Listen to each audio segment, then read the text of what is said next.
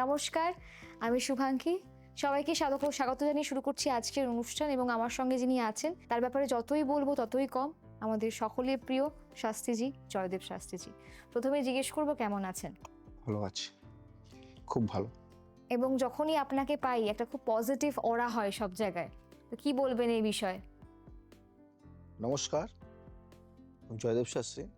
আমাদের যে অনুষ্ঠান চলে সমস্যার সমাধান অনুষ্ঠান, এবং এই সমস্যার সমাধানে বিভিন্ন রকম বিষয় নিয়ে আলোচনা হয়। তো আজকে যে বিষয় নিয়ে আলোচনা হবে সেটা হলো আপনাদেরই কোশ্চেন। সেই কোশ্চেনের অ্যান্সারটা আমরা দিয়ে দেব। এবার যে কথাটা বলবো সেটা হলো যে আমরা জ্যোতিষ নিয়ে আলোচনা করি।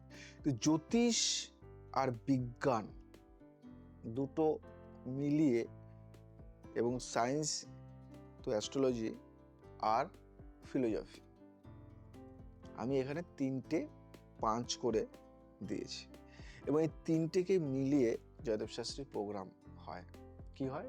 জ্যোতিষ এবং সায়েন্সকে মিলিয়ে আর ফিলোসফি মানে দর্শন, এই 3টেকে মিলিয়ে কিন্তু আমার এই প্রোগ্রামটা হয়। এবং আজকে তোমাদের আরেকটা বলি কথা, যেহেতু আমি রেমেডি দিই, একদমই তাই। রেমেডির সাথে আমি যোগটাকেও কিন্তু অ্যাড করে দিয়েছি, মেডিটেশন, যোগ, এগুলোকেও অ্যাড করে দিয়েছি। তাহলে কি হয়, যে রেমেডিটার কাজ তোমার 3 মাসে হওয়ার কথা সেটা তোমার 1 মাসে হয়ে যাবে, এবং ফলটা খুব চটজলদি পাবে। দেখা গেল যে একজন পার্সন আমার কাছে আসে এবং সেই পার্সনের এমন একটা সমস্যা, সেই সমস্যাটা বহু জায়গায় গিয়ে সমস্যার সমাধানটা করতে পারেনি।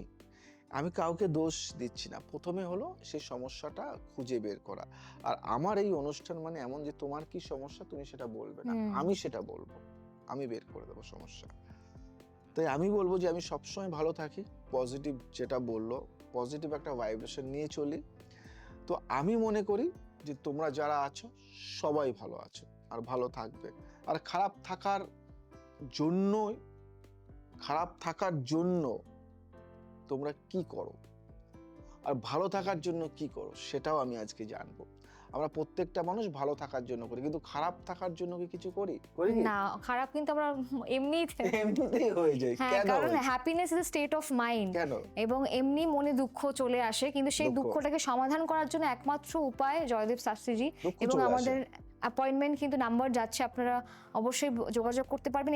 এছাড়া আমি বলে দিই, যেহেতু আমাদের লাইভ অনুষ্ঠান চলতে থাকে, তো অনেকেই প্রশ্ন থাকে জেডি অ্যাস্ট্রো একাডেমি, মানে আপনি যেহেতু আগেই বললেন যে গ্রাফোলজি, পামিস্ট্রি, নিউমোলজি সবকে একসাথে নিয়ে, এবং লাইফস্টাইল চেঞ্জেস, যোগা সবকিছু নিয়ে আপনি বললেন, এবং সবকিছু, এবং ফিলোসফিও মেনশন করলেন। তো সব, হ্যাঁ, ফিলোসফি অ্যান্ড সায়েন্স একটা টোটাল একটা মিশ্রিত জিনিস, কিন্তু মানে এত কিছু একটা ইনস্টিটিউশনে পাওয়া কিন্তু আজকালকার দিনে খুবই কঠিন ব্যাপার। এবং বাজার চলতি অনেক এরকম অর্গানাইজেশন আছে যারা একটা সার্টিফিকেট দিয়ে দেয়, কিন্তু আমাদের জেডি অ্যাস্ট্রো একাডেমি কিন্তু কোনো সার্টিফিকেট না, একদম ডেপথে গিয়ে পুরো বিষয়টাকে শেখায়, তাই তো?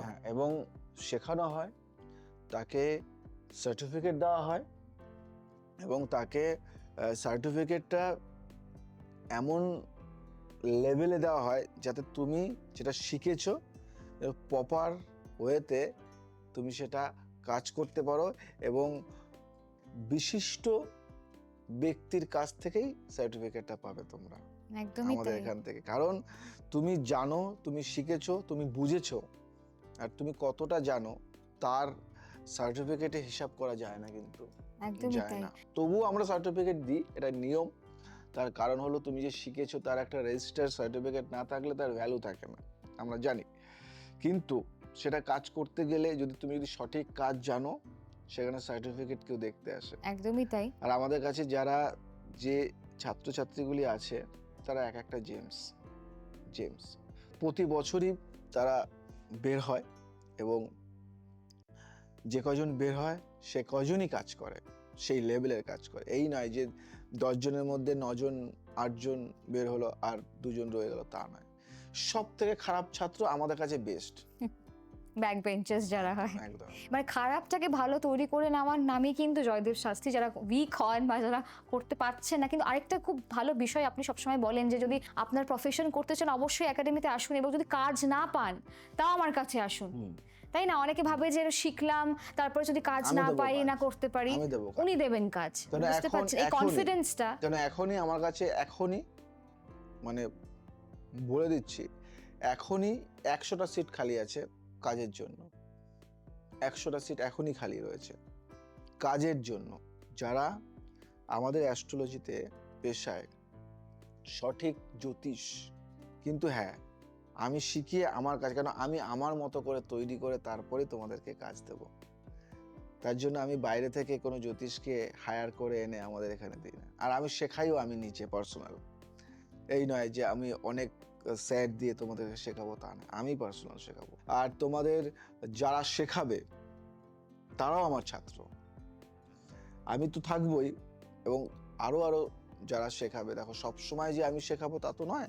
যারা শেখাবে তাদের মধ্যে থেকে 70% আমার ছাত্র, 30% আমি।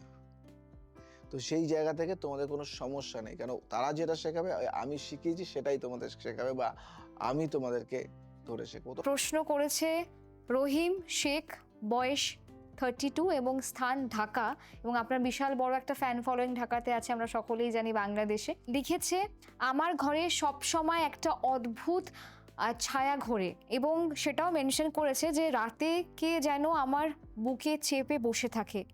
অনেকে বলে জিন ভূতের আচর, কিন্তু আমার প্রশ্ন হলো আমি 5 বার নামাজ পড়ি, তারপরেও কেন এরকম হচ্ছে? আমাকে এই প্যারানর্মাল টর্চার থেকে বাঁচাচ্ছেন না? তার ক্ষমতা কি তবে আমার ঘরের অশুভ শক্তির চেয়েও কম? আচ্ছা আচ্ছা আচ্ছা আচ্ছা, বুঝতে পেরেছি কি প্রশ্ন করেছে রহিম সাহেব। তোমার প্রশ্নটি অত্যন্ত ধারালো এবং নেতিবাচক মনে হলেও এর গভীরে রয়েছে মানুষের তো অসহায়ত্ব। এটি ঈশ্বরের ক্ষমতার অভাব নয়, বরং তোমার শরীরের বায়োরিদম এবং তোমার চারিপাশে এনার্জি ফিল্ড এর একটি সংঘাত। বিজ্ঞান একে বলে স্লিপ প্যারালাইসিস, বুঝতে পারলে? স্লিপ প্যারালাইসিস, যেখানে মস্তিষ্ক জেগে গেলেও শরীর সাময়িক পক্ষাঘাতগ্রস্ত থাকে। আর আধ্যাত্মিক দিক থেকে নেতিবাচক শক্তি বা অশুভ বাতাস অনেক সময় দুর্বল মানসিক অবস্থার সুযোগ নেয়। ঈশ্বর আপনাকে রক্ষা করছেন না তা নয়, বরং তিনি আপনাকে আপনার শরীরের উপর নিয়ন্ত্রণ ফিরিয়ে আনার পরীক্ষা নিচ্ছেন। তোমাকে একটা টোটকা দিচ্ছি, ভালো করে শুনবে। প্রতিদিন ঘুমানোর আগে ঘরকে ডিটক্স করো। সামান্য লবণ জল দিয়ে ঘরের কোণগুলি মুছে ফেলো, কারণ লবণ নেগেটিভ আয়ন শুষে নেয়। ঘরে চন্দনের ধূপ জ্বালাও, এটি মস্তিষ্কের আলফা ওয়েভ সক্রিয় করে, তোমাকে শান্ত করবে।